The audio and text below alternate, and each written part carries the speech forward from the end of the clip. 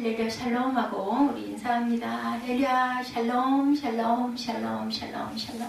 하나님 사랑합니다. 여러분 주 안에서 사랑합니다. 오늘 사도행전 24장 10절부터 23절까지의 말씀. So I gladly make my difference. 내가 기꺼이 변명하리라, 이런 말씀을 바울이 시작하고 있죠. 이제 드디어 로마에서 벨릭스 총독을 만난 그런 사건, 그리고 변론과 로마에서의 2년여의 강금 아닌 강금 생활을 통해서 많은 사람들이 찾아오고 그리스도를 증거하고 전하는 사역이 시작이 된 새 장이 열렸죠. 사도 바울이 3차 전도 여행을 마치고 예루살렘에 돌아왔을 때 바울이 이방인들 지역에 전도하면서 그곳 유대인들에게 모세의 말을 들으지 말고 율법을 지키지 말라고 가르쳤다는 소문이, 이게 오해예요, 그죠? 예루살렘에 퍼졌습니다. 바울에 대해 적대적인 유대인들이 거짓 소문, 요즘 말로 말하면은 fake news, 거짓 소문이죠. 가짜 뉴스를 퍼뜨려 그에게 올가미를 씌우고자 하는 음모였습니다. 사실은 봐도 바울이 전혀 유대인들에게 할 일을 하지 말라고 하거나 율법의 규례들을 지키지 말라고 한 적이 없어요. 요즘에 이 팩트라는 말들 많이 쓰죠. 팩트는 사도 바울이 전혀 할 일을 하지 말라 하거나 율법의 규례를 지키지 말라고 한 적이 한 번도 없었다는 거죠. 그럼에도 불구하고 아시아에서 온 유대인들이 또 다른 구실을 내세워서 군중들을 선동하여서 바울을 붙잡고 외치죠. 이스라엘 사람 여러분, 우리를 도와주시오. 이 사람은 어디서나 우리 민족과 율법과 성전에 해가 되는 것을 가르치는 사람입니다. 이렇게 고발을 한 겁니다. 그리고 이 사람은 이방인 헬라 사람까지 성전에 데리고 들어와서 거룩한 이 성전을 더럽혔다. 이것도 오해입니다. 바울을 증오하던 아시아에서 온 유대인들은 지독한 편견 속에 바울이 드로비모라고 하는 에베소 사람 이방인과 같이 있는 것을 보고는 이방인을 데리고 그때 그 법으로는 성전에 들어가면 안 되는 거였어요. 그래서 이방인의 뜰까지밖에 못 가는데 안에 성전 안까지 유대인이 들어가는 곳까지 데리고 들어갔다. 그리고 고함을 질러대고 선동하자 무지한 군중들은 폭도로면 군중 심리가 발동을 하죠. 그래서 성전에서 바울을 끌어내어서 은밀한 곳에 감금하고 폭행하기 시작한 그 사건. 로마 군인들이 없었으면, 백부장이 없었으면 아마 바울은 맞아 죽었을 거예요. 바울이 아무 이방인을 성소에 들고 데려가지 않았고 바울을 그렇게 했다는 증거도 없었음에도 불구하고 바울이 이방인을 성소에 데리고 들어갔다고 소리를 치고 선동을 하니까 그 주변에 있는 모든 사람들이 군중들이 달려들어서 바울을 때리고 죽이려고 했던 거죠. 유대인들은 바울을 성전 밖으로 끌고 나갔고 그들이 나가자 문이 닫혔습니다. 그 유대인들은 바울을 죽이려는 의도로 감금하여 두들겨 팬 거죠. 이런 사실을 주둔군 천부장이 알고 즉시 부하들을 건들고 현장에 달려가서 바울을 체포한 후에 그가 누우며 무슨 일을 저질렀는지 물어보는 사건이 23장 22절에 계속 있었습니다. 정확한 사유를 알지 못한 천부장은 주둔군 영내로 끌고 가죠. 이튿날 천부장은 유대인들이 무슨 죄목으로 바울을 고발하는지 그 진상을 알고자 유대인들의 최고 법정인 사내들인 공회로 모으고 그곳으로 데리고 간 사건. 그러나 사내들인 법정에서 공회원들은 바울의 유죄를 증명하지 못합니다. 예수님하고 똑같죠. 소송으로는 바울을 죽일 수 없게 되자 40명의 자객단을 세워서 바울을 살해하는 음모를 꾸미죠. 40명이 뭐라고 그랬어요? 바울을 죽이기 전에는 먹지도 마시지도 않겠다라고 하죠. 이러한 음모가 바울의 생지에 의해서 족합니다. 천부장이 알려지자 천부장은 수백 명의 이런 그 경호를 붙여가지고 안전하게 벨리스 총독에 고송해서 온전한 재판을 받도록 하죠. 가마리엘 문헌생이고 유대인, 날 때부터 유대인이었기 때문에 재판을 온전하게 통해야 된다, 이렇게 주장을 하죠.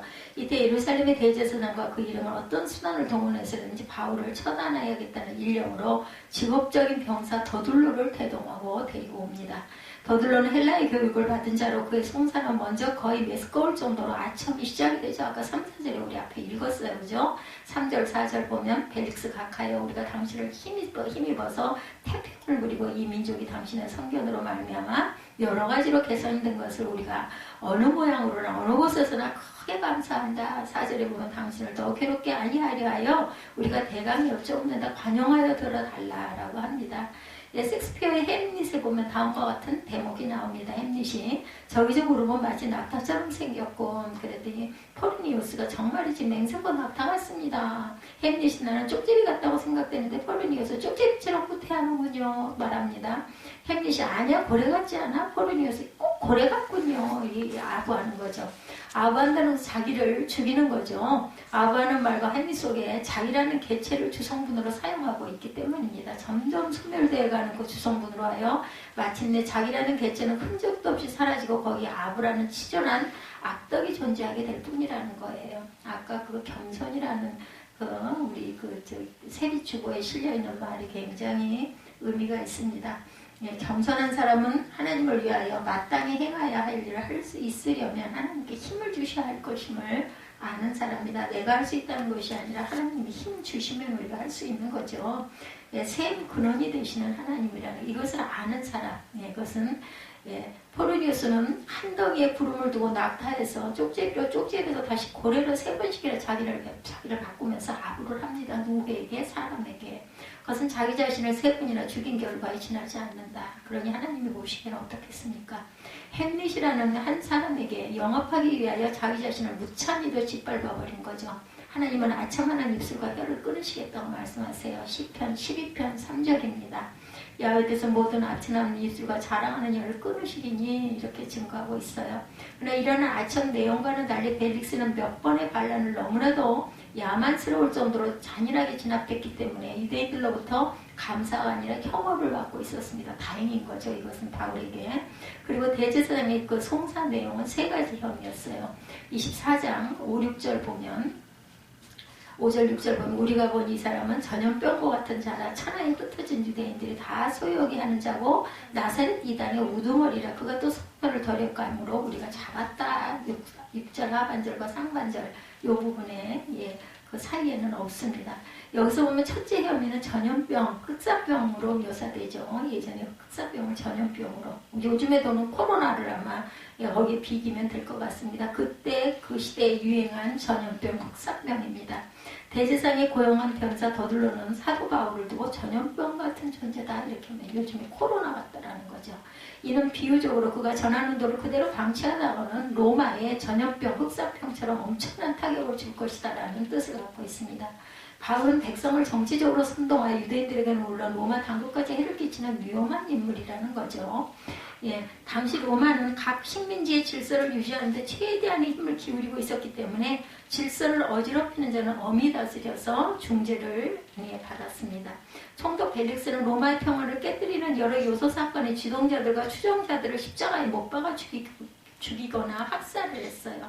그러므로 더둘러가 바울에게 적용한 소요죄, 즉 반란 음모죄는 실로 사형을 당할 만한 중죄였어요. 실제 그랬다면은 바울은 사형을 당했어야 합니다. 유대인들은 이렇게 더둘러를 내세워 자신들의 종교적인 불만을 정치적인 선동죄로 그 명목을 가지고 탈바꿈을 시켜서 로마로 하여금 바울을 처형하도록 계략을 꾸민 거죠. 둘째 혐의는 나사렛 이단의 괴수다. 나사렛은 예수를 가리키는 말이죠. 예수님의 잘하신 동네죠. 나사렛.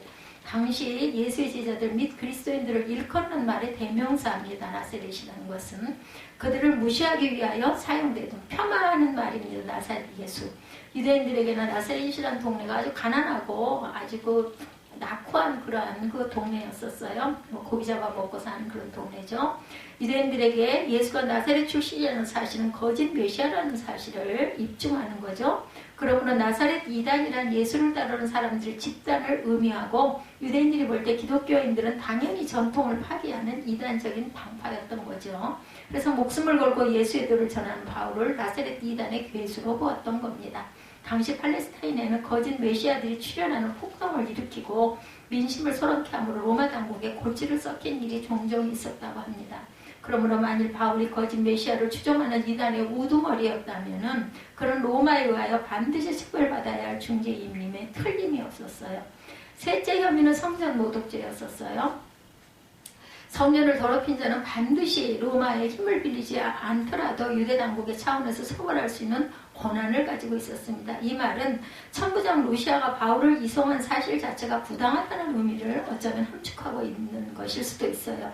이와 같이 더둘러는 바울이 로마 법상으로나 유대 법상으로 볼 때 반드시 죽여야 할 죄인임을 완벽한 논리로 송사를 합니다. 아주 완전히 사람 하나를 죽이기로 작정을 하고 음모를 꾸민 거죠. 나사렛 이단의 괴수다. 그리고 성도 모독죄를 저질렀고, 그리고 또한 아주 그 엄청난 소동을 일으킨 그런 자다. 이렇게 죄를 적용을 하죠. 이런 아주 소요를 일으킨 반란 음모죄를 가지고 있고, 그리고 또한 나사렛 이단의 괴수고, 그리고는 성전 모독죄, 이 세 가지 이것만 가지면 죽일 수 있었던 거죠. 이와 같이 더들로는 바울이 로마법상으로나 유대법상으로 볼 때 반드시 죽여야 할 죄인임을 완벽한 논리로 송사들 합니다. 유대인들은 마치 전염병같이 무섭게 퍼져나가는 기독교가 유대교를 배신하고 나아가서 유대 민족을 저버리는 악한 세력으로 커갈 것을 염려해서 어떻게 해서든지 말살을 시켜버려야 할 집단으로 생각하면서 집요하게 기독교를 핍박하고 있을 때이기도 했습니다. 이에 대한 바울의 변증이 이제 이어지죠. 12~13절에 유대인들을 소유했다는 더들로의 송사와 허위임을 밝히기 위해서 자기는 예루살렘이 올라온 지 12일밖에 안 됐다고 그러죠. 반란을 선동할 시간이 전혀 없었다. 이것으로 지금으로 말하면 재판을 지금 받고 있습니다. 다 그죠? 나는 이만했다라고 증거를 들이댑니다. 바울이 성전에서 붙잡혔을 때는 혼자였다는 사실. 오히려 예루살렘 성중에 소동하고 천부장이 출동한 것은 바울을 이전부터 죽이려고 따라다니던 아시아로부터 유대인들이 선동해 간 것이었음을 내세웁니다. 바울의 이러한 항변은 소란죄뿐만 아니라 동시에 성전 모독죄에 대한 무죄도 입증하는 거죠. 둘째는 14절에서 16절에 나사렛 이단의 괴수라는 혐의에 대해 바울은 그들이 나사렛 이단이라고 부르는 기독교를 믿고 있다고 담대하게 시인합니다. 나는 믿습니다. 그렇지만 그가 쫓는 자는 결코 유독에 어긋나는 이단이 아니라 조상의 하나님과 율법 및 선지자의 길에 기록된 것을 믿는 유대교와 같은 것임을 밝히죠. 비록 도를 받는 데 있어서는 아나니아나 장로들의 방법과는 달랐지만 도를 지키는 데 있어서는 하나님과 사람 앞에 깨끗한 양심을 지켜놓으라고 선언합니다. 자신이 믿는 기독교가 결코 이단이 아니고 유대교를 파괴하는 것이 아니는 것이 입증되기 위해서 하나님께 향한 소망, 곧 의인과 악인의 부활 문제를 거론합니다. 이 사람들은 부활을 믿는 사람들이었으니까 바울의 부활과는 당시 바리새인들의 부활관과 동일한 것이었기 때문에 성경의 가르침과도 부합이 됩니다. 셋째 17절에서 21절 성전 모독죄에 대한 혐의에 대하여 바울은 그 당시 성전에서 결례 의식을 행하며 조용히 지냈다고 당시의 상황을 설명을 합니다. 그가 예루살렘을 방문한 목적은 소동을 일으키기 위한 것이 아니라 연복을 전달하기 위해서 종교적인 목적을 갖고 있다. 17절에 증거하죠. 결례의식대로 경건하게 예배드리는 동안에 무리들에 의해 체포되었다는 사실. 18절에 나는 결례의식을 드리고 있는데 나는 체포가 되었다. 그리고 사내들인 공회 앞에서 문책받을 때 죽은 자의 부활을 믿는 죄밖에 나는 없다라고 밝힙니다. 다시 말해서 자신이 재판을 받는 이유는 오로지 죽은 자의 부활을 믿는 믿음 때문이라고 강력하게 주장해요. 이것은 바로 바리새인들도 믿는 부분이라는 거죠. 이로써 성전 모독죄는 더둘로의 고소는 사실에 근거한 그 바울의 변증에 의한 무효화되고 맙니다. 그 재판에서 이긴 거죠. 결론적으로 죽은 자의 부활을 믿는 신앙은 유대교의 신앙과 부합되기 때문에 유대인들에 의하여 송사당하고 로마 당국에 의해 처벌받아야 할 하등의 이유가 없다. 이와 같은 바울의 변증을 듣고 총독 벨릭스는 재판을 연기합니다. 천부장 루시아가 도착하면 그의 증언을 듣고 결정하자는 것이었죠. 그러나 사실상 벨릭스는 천부장 루시아의 편지를 받고 이미 모든 사건의 진상을 파악하고 있었어요. 바울의 변증을 통해 그가 무죄하다는 사실을 확인했던 것이기 때문에 연기 결정은 바울에 대한 무죄 판결과 같은 것이었죠. 그럼에도 불구하고 바울을 비교적 자유로운 연금 상태이지만 석방시키지 않은 것은 총독 벨릭스가 마치 빌라도처럼 유대인을 의식했기 때문이고, 또한 바울에게서 뇌물을 받고자 뭔가 좀 나 좀 주지 않을래, 내가 주면 내가 이걸 좀 풀어줄 텐데, 이런 의도를 갖고 있어요. 좋은 사람은 아니에요.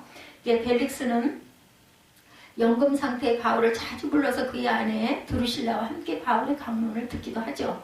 드루실라는 헤롯 아그리파 1세의 막내딸입니다. 유대인 출신이었어요. 드루실라는 바울이 믿는 기독교에 대해 많은 관심을 가지고 남편 벨릭스에게도 기독교를 소개했을 것이고, 그러나 그녀의 관심은 단지 호기심에 의한 것이었지 진리를 알고자 한 것은 아니었다. 벨릭스 역시 바울의 설교보다는 돈에 더 관심이 많았던 거지. 26절에 보면 동시에 또 바울에게서 돈을 받을까 바라는 거로 더 자주 불러 같이 이야기하더라. 다른 의도를 갖고 있었던 거죠. 이들은 기독교의 진리에 대한 사도 바울의 설교를 면전에서 수차례 들을 수 있는 기회를 가졌음에도 불구하고 복음을 받아들이지 않고 육신의 정욕에 눈이 어두워서 돈에만 관심이 갔습니다. 그러나 바울은 그들이 어디에 관심을 가졌든 복음 증거의 사명을 잊지 않고 있었기 때문에 자신이 어떤 상황에 처하든지 주어진 기회를 놓치지 않고 힘써 복음을 전파해요. 2번 부르면 2번 부르는 대로, 3번 부르면 3번 부르는 대로 그 바람에 나는 증거할 수 있다. 기뻐한 거죠. 마치 제가 예배를 기뻐하고 설교하는 거 좋아하는 거와 똑같은 거죠. 자꾸 얘기하는 거죠. 자신에게도 그것이 각인이 되니까. 사도 바울이 총독 벨릭스와 그의 아내 두루실라에게 설교한 내용은 의와 절제와 심판에 관한 것으로 이들의 실생활 속에 가장 민감한 문제였습니다. 이들에게 있어서는 반드시 들어야만 하는 시대적인 메시지. 바울은 이들이 하나님의 말씀을 받아들이고 새롭게 변화되기를 간절히 바라는 심정으로 설교했어요.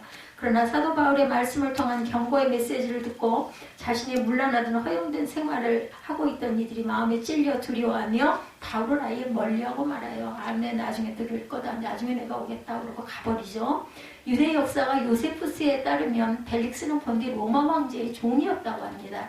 그런데 글라디오 황제의 모친이었던 안토니아의 자윤이 되고 황실의 어린 왕자의 친구였던 팔라스의 영향으로 사마리아의 하급 관직에 임명이 됩니다. 그는 하천과 간교한 사실이 뛰어난 자로 후에 부정한 방법으로 유대 총독까지 되었던 대단한 출세를 했네요. 종에서 자신의 영달을 위해서는 거짓말을 서슴지 않았고 심지어 살인까지 하는 파렴치한 그러한 자였다고 합니다. 국가의 그 공복으로 국가와 사회 공익을 위해 일하는 자가 아니라 권력을 이용해서 살인사욕을 채우고자 온갖 짓을 자행하던 불의하고 부패한 관리였다고 그러네요. 이조 시대의 연산군 알죠? 우리 1476년부터 1506년대 윤소보라는 사람이 있었습니다. 풍기 군수가 된 그는 가족들을 고향에 남겨둔 채 혼자 임지로 부임을 합니다.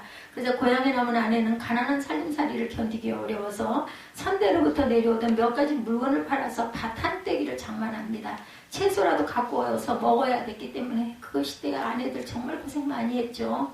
이 말을 전해 들은 윤소보는 편지를 보내 아내를 책망합니다. 옛사람이 척척의 땅이라도 넓혀가지고 임금을 저버리지 않는다 하는 것은 국록 이후에는 탑을 내지 말라는 뜻이요. 이제 내가 관직에 올라 임금의 녹을 받으면서 전에 없던 밭을 장만했다면 세상 사람들이 어떻게 생각하겠어. 빨리 그 밭을 더 돌려주도록 하시오. 청렴 결백함도 여기까지 다다르면 더 이상 할 말이 없어요. 먹고 살아야 될 텐데. 선비인가요? 바울이? 예, 그 바울이 아니라 요즘 바울, 그죠? 옛날 사람들은 관직의 중요성을 대단히 아주 중요하게 생각을 합니다. 나라의 일을 한다는 금지와 나라로부터 보수를 받는다는 것은 굉장한 명예였기 때문이겠죠. 청렴한 사람에게서는 신중함과 근면함이 그림자처럼 뒤를 따르죠. 그것이 공직에 임하는 가장 대표적인 몸가짐이었다고 합니다. 그러니까 그죠? 나물 먹고 물 마셔도 이때였던 거죠.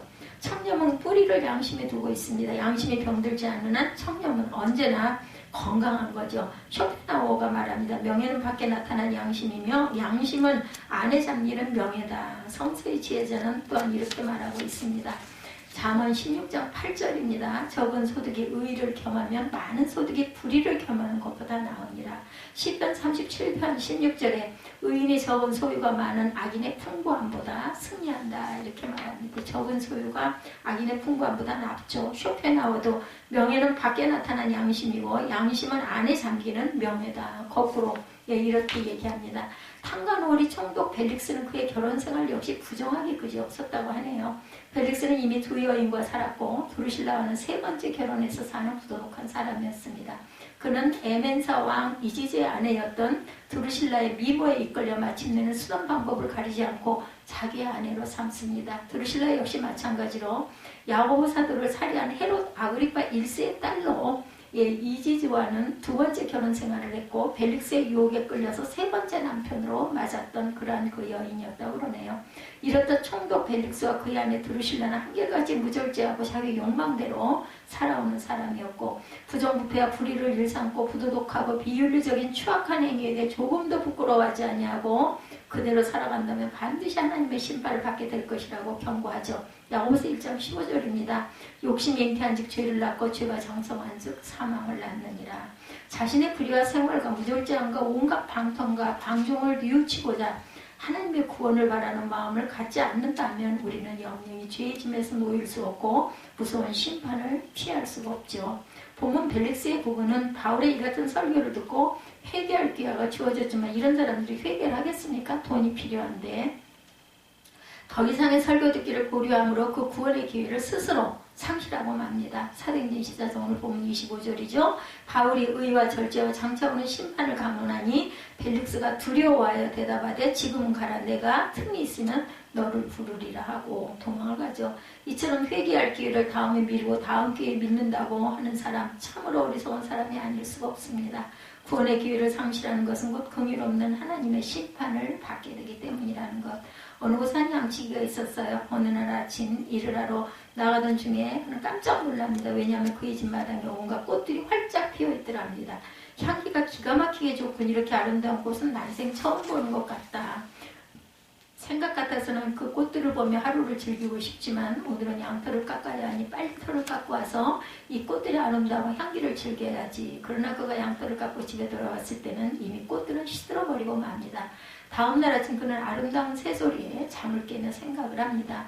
무척 아름답고 황홀한 소리구나. 그렇지만 지금은 우유를 짜야 하니까 일을 마친 후에 저 소리를 즐겨야지. 그러나 양치기가 우유를 짜고 와보니 이미 새들은 다른 곳으로 다 날아가버리고 없었습니다. 다음날 또 다음날 아침 양치기는 집 밖으로 들려오는 말울음소리에 잠을 깹니다. 창문을 열어보니 아주 잘생긴 100만 마리가 자신의 빼어난 몸매를 자랑하듯 천천히 울타리 주위를 어슬렁어슬렁 맴돌고 있었어요. 저렇게 훌륭한 말을 타볼 수 있다면 얼마나 행복할까. 그런데 지금은 울타리를 고쳐야 하니까 빨리 고치고 나서 저 말을 타봐야겠네. 그러나 그가 그 피를 마치고 왔을 때는 이미 100만은 그곳에 없었던 거죠. 양치기 자신이 원하던 일을 뒤로 지연시킴으로써 결국 한 번도 실행해보지도 못한 채 생을 마치고 맙니다. 불쌍한 인간이죠. 우리는 매사에 자신이 가장 원하는 일을 할 수 있는 가장 좋은 기회를 모색합니다. 그렇다면 그 기회가 언제일까? 그것은 바로 우리가 늘 아는 이야기이기도 합니다. 지금 now이죠. 지금. 그것은 성령께서 지금 여기 함께 계시기 때문이죠. 성령께서 지금 여기 저를 위하여 여러분을 위하여 기도하고 계신다라는 것. 이사야 55장 6절이죠. 너희는 야훼를 만날 만한 데에 찾으라. 가까이 계실 때 그를 부르라. 그러므로 저와 여러분이 무엇을 해야 한다면 지금이 바로 그것을 할 수 있는 가장 좋은 기회인 것을 알아야 합니다. 지금 이 순간을 놓친다면 이런 기회가 다시는 오지 않을 수도 있다는 거죠. 그러므로 벨릭스처럼 중요한 일을 뒤로 미루지 말고 조금 후가 아니라 지금 바로 여기서 일을 시작하시기 바랍니다. 행함이 있는 믿음이 살아있는 믿음이죠. 에드워드 영은 자연은 시간의 도둑이다 라고 말합니다. 자연은 또한 영혼의 도둑입니다. 잃어버린 영혼이 구원받기에 가장 알맞는 때는 바로 지금이라는 것을 잊지 맙시다. 고린도 후서 6장 2절입니다. 가라사대 내가 은혜 베풀 때 너를 듣고 구원의 날에 너를 도왔다 하셨으니 보라 지금은 은혜 받을 만한 때요. 보라 지금은 구원의 날이로다. 잠언 27장 1절입니다. 너는 내일 일을 자랑하지 말라. 하루 동안에 무슨 일이 일어날는지 내가 알 수 없음이니라. 성도 벨릭스의 마음에는 바울의 전달을 받고 조금 더 알아가려고 하는 듯 했지만 사실은 바울을 조금 더 붙잡아두고 재판을 이용해서 자신의 배를 채우려고 하는 거였죠. 바울의 전도 말씀을 듣고 전혀 새로운 삶을 살 수 있는 기회를 걷어차버린 것입니다. 그는 세상을 얻으려고 했었지만 자기의 영혼을 잃어버린 것이죠. 그는 꾸물거리다가 지옥에 떨어지고 만 겁니다. 25절 하반절이죠. 보면 25절 그 하반절에 보면 바울이 의와 절제와 장차 오는 심판을 강론하니 벨릭스가 두려워하여 대답하되 지금은 가라. 내가 틈이 있으면 너를 부르리라 하고 틈이 나겠습니까? 수많은 현대인들도 벨릭스와 같다는 것, 복음을 듣고 영접하지 않거나 아니면 깊은 죄책감으로 전율을 느끼기는 합니다. 그럼에도 그들은 마음속에서 하나님을 거스리면서 이렇게 말합니다. 언젠가 나중에 예수를 영접하도록 하지. 지금은 좀 곤란한데요. 근데 그들은 다른 기회를 만나지 못할 수도 있다는 것. 요즘 같은 시대가 아닌가 싶습니다. 정말 요즘처럼 전염병이 어디까지 갈지 알 수 없는 이때 우리는 매일매일을 마지막 날처럼 열심히 회개하며 열심히 간구하며 살아가야 할 것입니다. 성령께 그들의 마음의 문을 다시 두드리시지 않으실지도 모른다라는 것.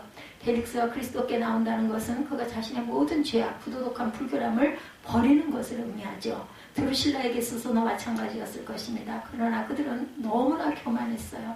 아까 우리 교만에 대한, 겸손에 대한 말씀을 한 것처럼 내가 할 수 있다고 생각하는 것 자체가 교만인 거죠. 예. 자신들의 욕망과 쾌락과 이 세상의 것들을 버리려고 하질 않아요. 맛에 그냥 빠져 중독이 되어 있기 때문에 만약 벨릭스와 드루실라가 그들의 죄악을 버렸다면 하나님의 죄의 용서함을 당연히 받았겠죠. 네, 근데 그것은 입술로만이 아니라 정말 마음으로 정말로 회개하고 그것을 버려야 되는 거죠. 그래서 그들은 하나님과 동행할 수 있었을 것이고 하나님의 일에 유익한 사람들이 되었을 것입니다. 쓰임도 받았을 것입니다. 그리고 마침내는 이 땅에서의 생애를 마치는 날 하늘나라에 갔겠죠. 마가복음 8장 36절입니다. 사람이 만일 온 천하를 얻고도 제 목숨을 잃으면 무엇이 유익하리요. 그런데도 그리스도에 대해서도 하나님에 대해서도 의로움에 대해서도 결정을 내리지 않고 언젠가 나중에 밀죠. 예, 그러나 그 시간은 결코 오지 않았습니다. 역사의 기록에 의하면 벨릭스는 추방을 당했다고 나타나 있습니다. 우리가 아는 한 벨릭스는 하나님 없이 소망 없이 죽었습니다. 마지막 심판의 날에 그는 아무런 변명도 할 수가 없겠죠. 왜냐하면 바울이 그에게 성실하게 전도했기 때문입니다. 우리 모두가 그리스도인의 증거자로서 바울처럼 하나님께 충성해야 되겠죠. 내가 틈이 있으면 예수 믿는 것일까, 틈이 있거나 없거나 교회에 나와서 하나님께 예배드리는 것은 우리의 삶의 최우선 순위가 되어야 합니다. 아무리 바빠도 기도하는 시간에 기도해야 하고, 밥은 못 먹어도 성경은 읽어야 하고, 다른 일은 못해도 주일은 꼭 지켜야 되겠죠. 예배 시간을 잘 지키십시다. 내가 틈이 있으면 교회 나가고 예배드리고 봉사하고 기도하고 성경을 읽겠다는 사람은 죽을 때까지 행하지 못합니다. 옛날에 그 최건능 목사님이 버스를 타고 복잡한 데서 예수 천국 전도하신 그 목사님이죠. 마침 채필거 목사님 그 버스에 함께 앉아 계셨다고 합니다. 최 목사님은 최 목사님이 앉아 있는 걸 뻔히 알면서도 그 앞에 가서 예수 믿으라고 소리를 쳤다고 그러죠. 최 목사님이 최 목사님한테서 배운 바가 있기 때문에 서로 얼굴을 모를 턱이 없었다고 그래요. 어이가 없어진 최 목사님 와, 최 목사 나야 나. 자기를 못 알아보고 그러는 줄 알았습니다. 그랬더니 최 목사님이 한마디 더 합니다. 벙어리 교인이구만. 채필구 목사님이 그만 말문이 막혔다고 그래요. 목사 앞에서 한 방 먹인 거죠. 채필구 목사님의 쓴 글에 나오는 이야기입니다. 내가 이렇게 부끄러움을 당했노라 하고 고백하는 거였죠. 벙어리 교인은 없는 거나 마찬가지입니다. 옛말에 소금 먹는 녀석 물 안 먹겠냐 이런 말이 있습니다. 복음을 받은 사람이 어떻게 전하지 않을 수가 있겠느냐는 겁니다. 은혜 받은 사람이 어떻게 가만히 있을 수가 있겠는가? 내가 이렇게 즐거운데 어떻게 말 안 할 수가 있겠는가? 우리 은혜 받고 나면 막 기쁘죠. 그런 거 막 증거하죠. 간증합니다. 예수 그리스도를 믿기에 가장 좋은 때는 지금이라는 것입니다. 다른 사람들에게 복음의 기쁜 소식을 전하기에 가장 좋은 때 바로 지금입니다. 고린도후서 6장 2절에 가라사대 내가 은혜 베풀 때 너희를 듣고 구원의 날에 너를 도왔다 하셨으니 보라 지금은 은혜 받을 만한 때요 보라 지금은 구원의 날이로다. 그 어느 때보다 지금이 복음 전도의 가장 그 적기임을 깨닫고 바울처럼 지금보다 더욱더 더 저돌적으로 복음을 전파해야 할 것입니다. 하나님은 모든 사람이 예수 믿고 영원한 생명 구원받는 것이죠. 예. 디모데전서 2장 4절에 하나님은 모든 사람이 구원을 받으며 진리를 아는 데 이르기를 원하시느니라. 그 누구에게라도 생명의 말씀을 전하여 하나님의 소원을 이루시는 저와 여러분들 행함이 있는 믿음들이 되시기를 지금입니다. 지금 이렇게 어지러운 세상 우리 호흡으로 인하여 어느 순간에 우리가 감염이 될지도 또한 잘못되어서 내 주변에서 가장 가까운 누군가가 하늘로 향할 수 있는 제가 아까 말씀드린 이동욱 목사님 둘째 아들 내가 부활이 있기에 나는 너를 보내노라. 내가 그곳에 가서 너를 만나겠다. 부활했다면 때를 얻든지 못 얻든지 하나님으로 증거할 줄 아는 저 여러분이 되시기 바랍니다.